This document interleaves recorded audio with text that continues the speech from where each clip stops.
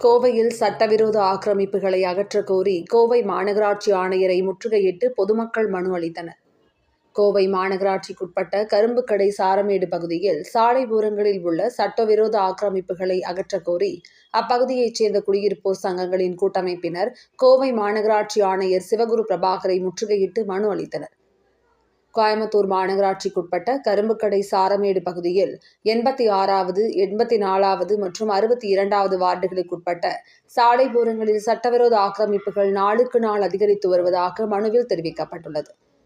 இந்த சட்டவிரோத ஆக்கிரமிப்புகளால் 2000க்கும் அதிகமான குடும்பங்கள் கடுமையாக பாதிக்கப்பட்டுள்ளதாகவும், போக்குவரத்து நெரிசல் ஏற்படுவதோடு அவசர காலங்களில் ஆம்புலன்ஸ் உள்ளிட்ட வாகனங்கள் செல்ல முடியாத நிலை உருவாகியுள்ளதாகவும் பொதுமக்கள் குற்றம் சாட்டினர்.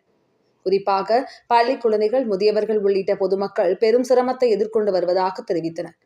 இதுகுறித்து மாநகராட்சி அதிகாரிகளிடம் பலமுறை புகார் அளித்தும் இதுவரை எந்தவிதமான நடவடிக்கையும் எடுக்கப்படவில்லை என கூறிய அவர்கள், சட்டவிரோத ஆக்கிரமிப்பு இடங்களை உடனடியாக ஆய்வு செய்து அகற்ற நடவடிக்கை எடுக்க வேண்டும் என வலியுறுத்தினர். இந்த கோரிக்கையை வலியுறுத்தி 3 வார்டுகளைச் சேர்ந்த மாமன்ற உறுப்பினர்கள் பொதுமக்களுடன் இணைந்து கோவை மாநகராட்சி வளாகத்தில் மனு அளித்தனர்.